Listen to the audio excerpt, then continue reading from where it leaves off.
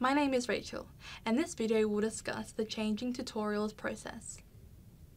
When you would like to change into a class that is full, or all options are full so you're unable to allocate yourself into any, you must follow the changing tutorials procedure. Generally, if there are any other available options, you will need to select that one instead. Also, if the unit is optional or an elective, you may be instructed to enroll in a different unit. If all the options are full, or you need to change classes, you will need to complete a change of tutorial form. You will need to complete this form, attach supporting documentation, and email it from your student email address to your school. In the subject line of your email, please state change of tutorial and identify the unit code and unit name. Please remember to attach your supporting documentation. You must meet one of the eligibility criteria listed on the webpage in order to change tutorials. However, submission of the form is not a guarantee that a change will be approved.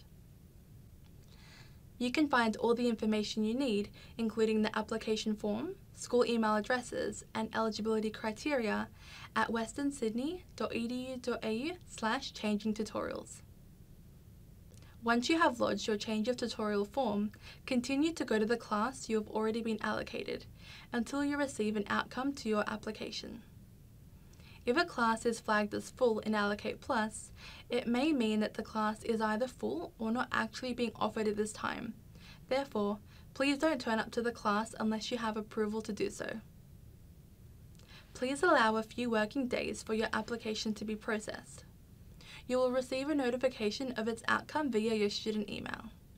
If you have any further questions about your change of tutorial application, you should direct the inquiry to the school the unit belongs to. The change of tutorial form is not applicable to Sydney City campus students. If students wish to address their current clashes due to the unit selection they have made, they need to contact the Sydney City campus directly and seek advice from their respective program convener in order to receive the correct unit mapping advice and guidance.